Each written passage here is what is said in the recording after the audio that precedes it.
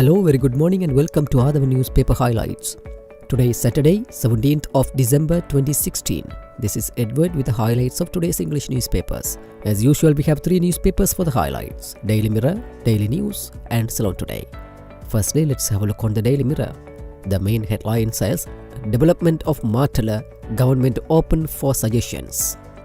Days after signing the framework agreement for restructuring the Hambantota port, the government remains open for suggestions for the development of the Martala International Airport, State Enterprise Development Deputy Minister Iran Vikramaratne said yesterday.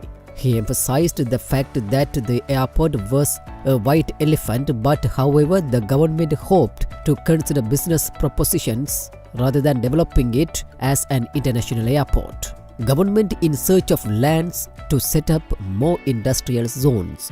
The government has decided to look for suitable lands for the proposed industrial zones in the western, Sabragamuwa and northwestern provinces and to secure them within 3 months. World Bank pledges $1,340 million aid to Sri Lanka. The World Bank has pledged assistance worth $1,340 million to Sri Lanka, which will be on a dual format, Finance Minister Ravi Karunanaike announced yesterday. Government selling national resources to foreign countries. The Sri Lanka Police, the Justice Ministry and the Prisons Department will be the only state-owned institutions if the government continues to administer the country till 2020, the joint opposition said yesterday. Ruan refutes MR's accusation about Navy. Does the former president want Sri Lanka to be branded as a safe harbour for pirates like in Somalia? State Minister of Defence Ruan Vijayawardena yesterday refuted former President Mahinda Rajapaksa's accusation that the Navy was sent to sabotage the Hambantota protest and said that it was a deliberate act to tarnish the Navy's image. Secondly, let's move to Daily News. The main headline says, Presifac completes probe into 171 cases to hand over 6 reports to President next week. Presifac has 357 complaints under its mandate.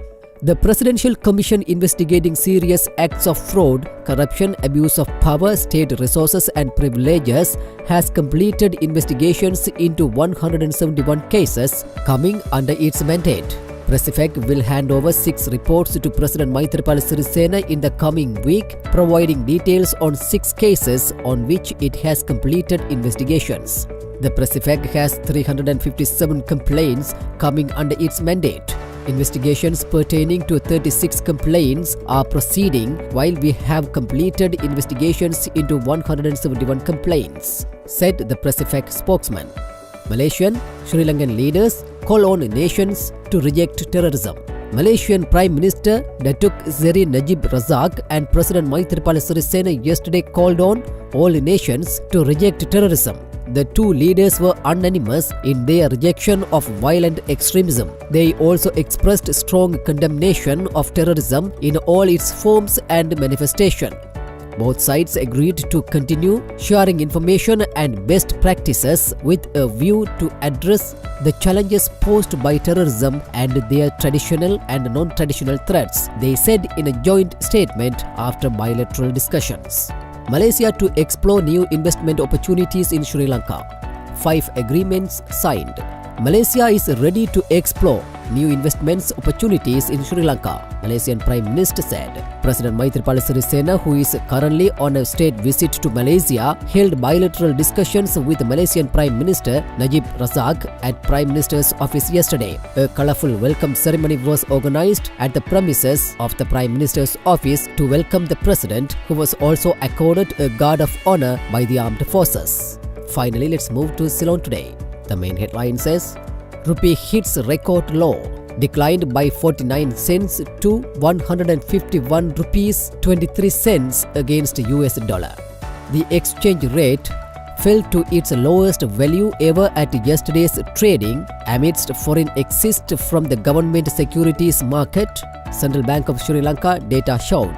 As a result, the ER sharply declined by 49 cents to 151 rupees 23 cents to the US dollar, vis-a-vis Colombo Bank's average selling price of the dollar for telegraphic transfer as at 9:30 a.m. on Friday to the real market, according to CBSL website.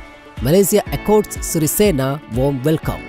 Visit brings wider, deeper relations. The official meeting between President Maithripala Sirisena and the Prime Minister of Malaysia, Dato Seri Mohamad Najib Tun Abdul Razak, was held at the Prime Minister's office in Kuala Lumpur yesterday. The President received a warm head of state welcome, including a guard of honor and a gun salute. Putin invites President Sirisena. Russian President Vladimir Putin has invited President Maithripala Sirisena to make an official visit to Russia, Minister of Foreign Affairs Mangala Samaraveera said.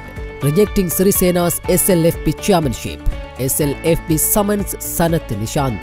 The Sri Lanka Freedom Party Disciplinary Committee has decided to conduct a disciplinary inquiry into public statements made by Puttalam District SLFP Member of Parliament Sanath Nishant Pereira to the effect that he does not accept President Maithripala Sirisena's position as leader of the SLFP.